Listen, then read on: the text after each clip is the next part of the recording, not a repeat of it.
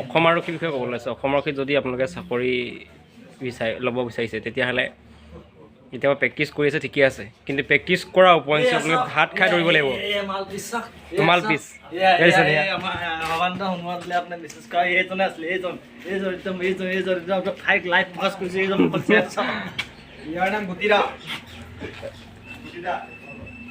সেয়া আমাৰ আছিলে গুটিদায়ো আমাৰ ভাল পেড মাৰে আৰু দেখাব আপোনালোকে এটা সময়ত দেখাম।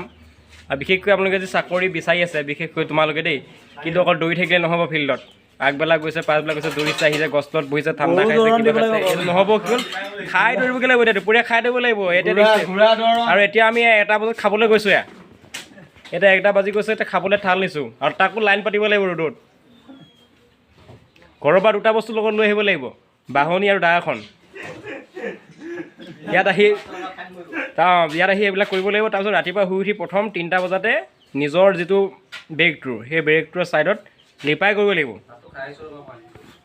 লিপাইটো কৰিব লাগিব, ঝাৰু লাগিব, এইখিনি বস্তু লাগিবই। তাৰপিছত কষ্টটো মানে ট্ৰেইনিঙত আপোনালোকে কিমান কষ্ট বুলি ভাবিছে। এতিয়া দৌৰি আছে, কষ্ট হৈছে, একো কষ্ট হোৱা নাই। যেতিয়া আপোনালোকে চাকৰি পাই যাব তেতিয়া গম পাব যে কেনেকুৱা এটা কষ্ট কৰিবলগীয়া হয় দৌৰোঁতে। সেইকাৰণে আপোনালোকে দুপৰীয়া দৌৰিবলৈ যাওক, ভাত খাই যাওক, যিমান পাৰে খাই বৈ দৌৰিবলৈ যাওক। তেতিয়াহে আপোনালোকৰ ট্ৰেইনিংটো খুব ভাল, নহ'লে বহুত কষ্ট হ'ব।